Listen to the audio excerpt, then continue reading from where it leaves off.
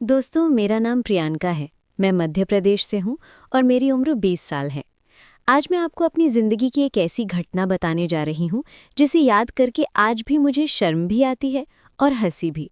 मेरे पास अपना मोबाइल नहीं था, इसलिए मैं कभी-कभी घर में अपने बड़े पापा के बेटे का फ़ोन चुपके से इस्तेमाल कर लिया करती थी।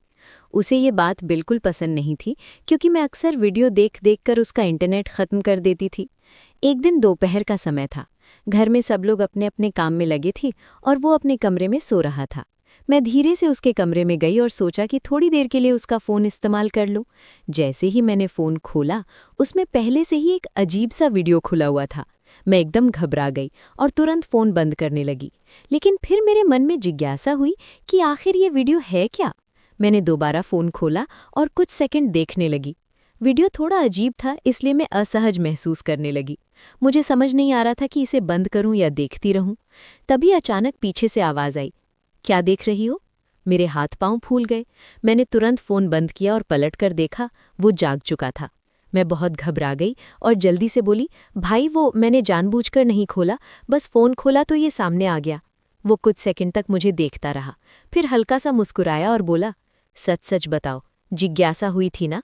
मैं शर्म से ज़मीन की तरफ देखने लगी। मेरे पास कोई जवाब नहीं था।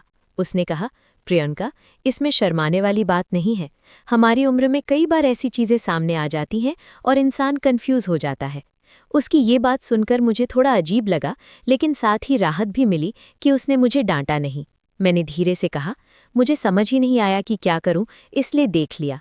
वो बोला, देखो, कुछ चीज़ें सिर्फ जिज्ञासा की वजह से अच्छी लगती हैं, लेकिन असल ज़िंदगी में इंसान को अपनी मर्यादा, समझदारी और इज्जत का ध्यान रखना चाहिए।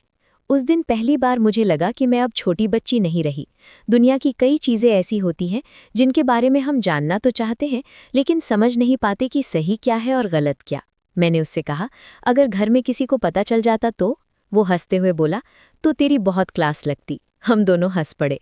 उसने फ़ोन वापस लिया और बोला, अगली बार बिना पूछे फ़ोन मत लेना, और अगर कुछ समझ ना आए तो किसी गलत चीज़ में पढ़ने से अच्छा है पूछ लेना। मैंने सिर हिलाकर हाँ कर दी। उस दिन के बाद मैंने कभी उसका फ़ोन चुपके से नहीं लिया। लेकिन सच कहूँ, उस दिन की घटना ने मुझे एक बात ज़रूर सिखा दी, जिज्ञासा होना गलत नहीं है, लेकिन सही और गलत का फ़र्क समझना बहुत ज़रूरी है। आज जब मैं उस दिन को याद करती हूँ तो शर्म भी आती है, लेकिन साथ ही ये भी लगता है कि अगर उस दिन बात बिगड़ जाती तो शायद मेरी ज़िंदगी में बहुत बड़ी परेशानी आ सकती थी। तो दोस्तों, ये थी मेरी ज़िंदगी की एक सच्चाई जैसी लगने वाली शर्मनाक कहानी।